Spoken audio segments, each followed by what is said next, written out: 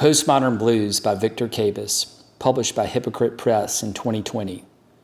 Chapter 1, Death Letter. I got a letter this morning. How do you reckon it read? Sunhouse. When we got to the top of the rise, she hit the brakes hard. The car rocked twice on its bad shocks and stopped. Get out, she said. I looked at her.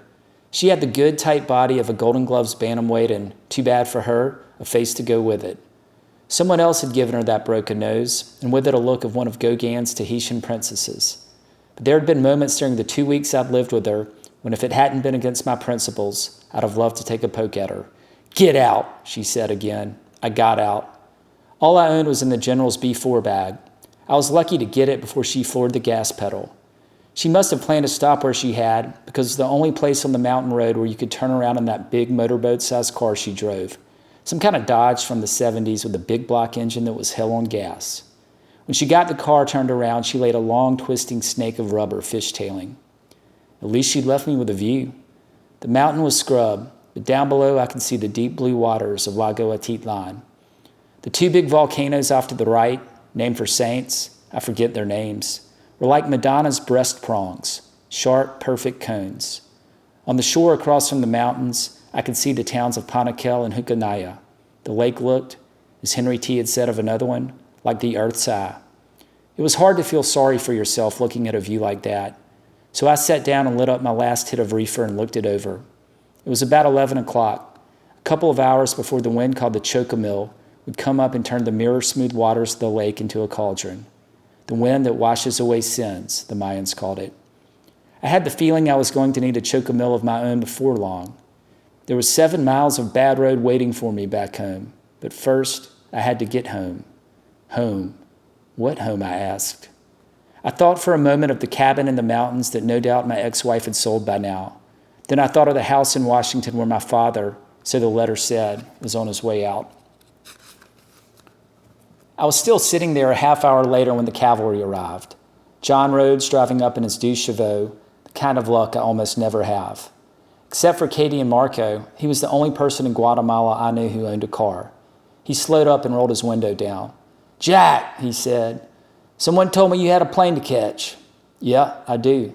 I got in. The someone would have to have been Marco. We'd stayed up late the night before at his bar, the Last Resort, drinking Gallianos. Marco had made his pile working on the Alaska pipeline, driving up every year for 5 months of summer labor. After 6 years of that, he'd come back home to Chichitaningo, high in the mountains where the Quetzals lived, what few were left. By then, Chichi was a place the government troops killed you for being from, so Marco bought a bar in Pana.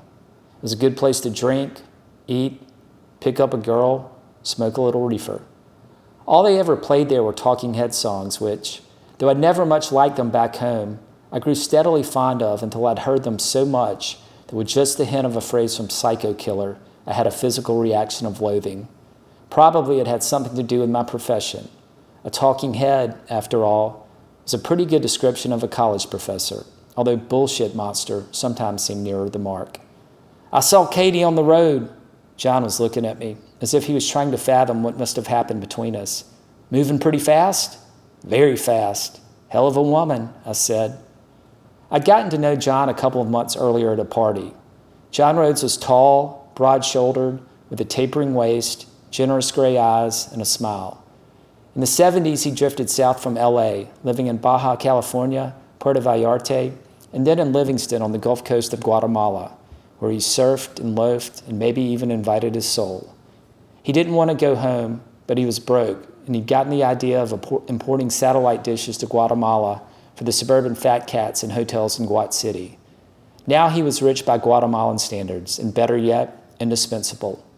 In a country where they killed you for straying down the wrong road or laughing at the wrong line, indispensable was better than rich. 16 years before, he'd fallen in love with beautiful Concha, a general's daughter, though she'd run to fat a little.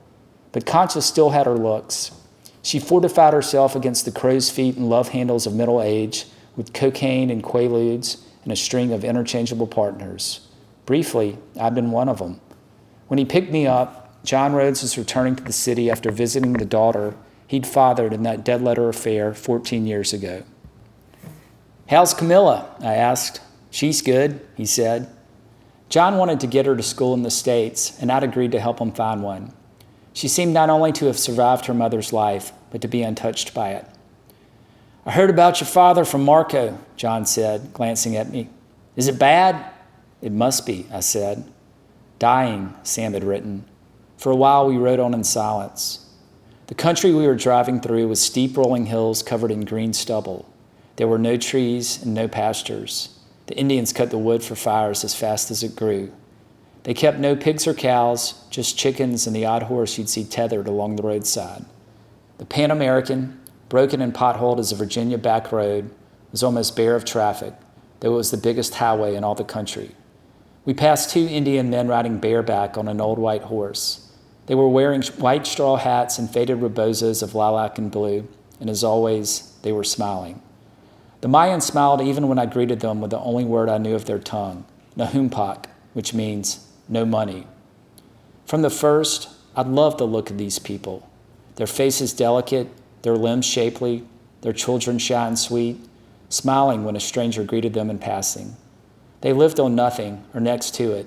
A few dollars a day would feed a family, and the children worked from a very early age. When does your plane leave? John asked, breaking into my thoughts. Tomorrow, I said. Where will you be staying? I thought I'd sleep at the airport.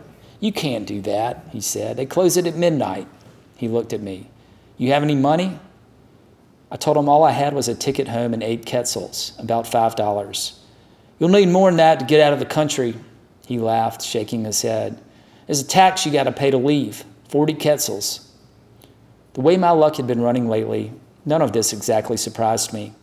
Here I was again, shipwrecked, this time in the boonies of Central America. Not that there was anyone to blame for it but me, Jack Schott, chief architect of my misfortunes. Shit, I said. John Rhodes laughed. We'll think of something, he said. It was John Rhodes who lent me the money to pay the departure tax, gave me one of the 2 rooms the management reserved for him at the Biltmore to keep the television screens filled with what seemed like an endless program of soap operas and talk shows in Spanish, and Latin Rod Stewart and Tina Turner impersonators. He gave me money for a good Italian dinner and told me where to find it. He told me where to find the American bars and even advice about where to get safely laid. Company of any sort didn't seem an urgent need right at the moment, but after a month of eating Katie's tortillas, the manicotti dinner was sure welcome. About 10 o'clock, an Indian woman knocked discreetly and entered with a little tray of Godiva chocolates and a glass of Dubonnet and gave me a rub down that left me feeling like I'd had a good hit of reefer. The next morning, John got me up and took me to the airport. He was the kind of man you wish you could bottle up and spread around, or at least take with you. But when I shook his hand goodbye, I knew I probably wouldn't see him again for a long, long time, if ever. I owe you, I said. Stay away from wildcats, Jack, he said, winking. I just grinned. On the plane, I could feel myself drifting off to sleep. I pulled out my wallet and shook out the 2 letters folded into squares the size of sugar packets. I unfolded one of them. It turned out to be the letter from Van Dillingham, who, as luck would have it, was serving as chair that semester. Like the man who had written it, the letter was nasty, pointed, and short. Dear Schott, Dean Webley informs me that unless you return to your teaching duties next semester, you will be in default of contract and liable to dismissal.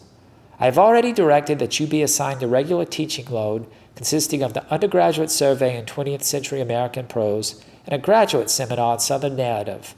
Since your departure, neither course has been offered. While I have no sense that you have been personally missed, the department is obligated to offer the courses you teach.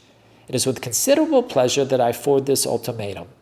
If you are not here by January 14th, 1993, you will no longer be a member of the faculty of this university. Very truly yours, Bernard Van Dillingham, Professor of English. January 14th was 10 days away. It was pleasant to think of the look I would see on old Bernie's face when I walked into his office on the morning of the 14th. Van Dillingham rode about and even looked like Alexander Pope, especially if you could have shrunk him and stuck a hump between his shoulder blades. He had the smile of a lamprey, one of those blood-sucking ills they say Pope had died of eating. The other square unfolded more quickly. This is the letter that fetched me home.